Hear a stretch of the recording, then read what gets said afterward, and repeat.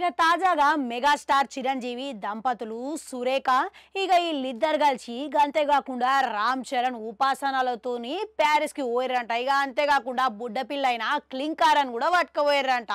అయితే వీళ్ళు ఏడికి పోతున్నారు అనేది ఇక ఆయన సోషల్ మీడియా వేదిక మీద చెప్పుకొచ్చిండు.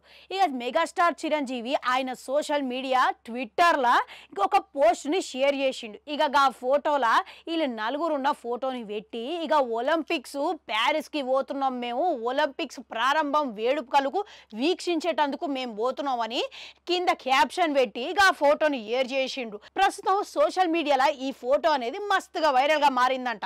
ఇక ఒలింపిక్స్ ప్రారంభం కూడా చాలా గ్రాండ్గా జరగబోతున్నది. ఇక అది ఇట్లా ప్యారిస్లో. ఇక ఒలింపిక్స్ అంటే ప్రపంచ వ్యాప్తంగా అన్ని దేశాలలో ఉన్న సెలబ్రిటీలు హాజరయ్యే అవకాశం అయితే ఉన్నది. మళ్ళా ఒలింపిక్స్కి క్రీడా ప్రపంచంలో ప్రత్యేక స్థానం ఉన్నది.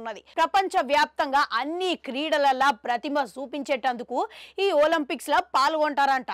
మళ్ళా ఒలింపిక్స్ లా పాల్గొనడానికి మన యావత్ భారత్ కెళ్ళి కూడా చాలా మంది పోయారంట ఈసారి.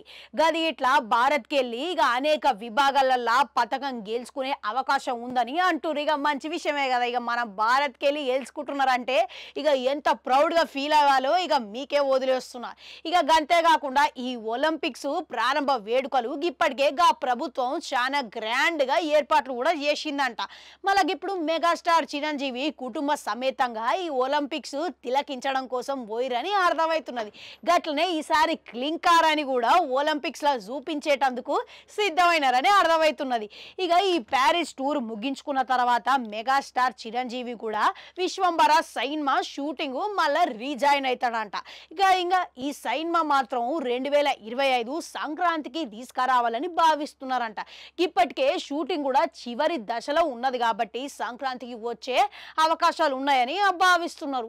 ఇక ఇప్పుడు మనం మరోపక్క మెగాస్టార్ చిరంజీవితో పాటు రామ్ చరణ్ కూడా ఇక ఆయన ఇంకో సినిమా కోసం రెడీ అయిపోతున్నాడు కాబట్టి ఇక సినిమా కూడా గ్రాండ్ గా అనౌన్స్మెంట్ చేసే ఇదిలో అయితే ఉన్నారంట.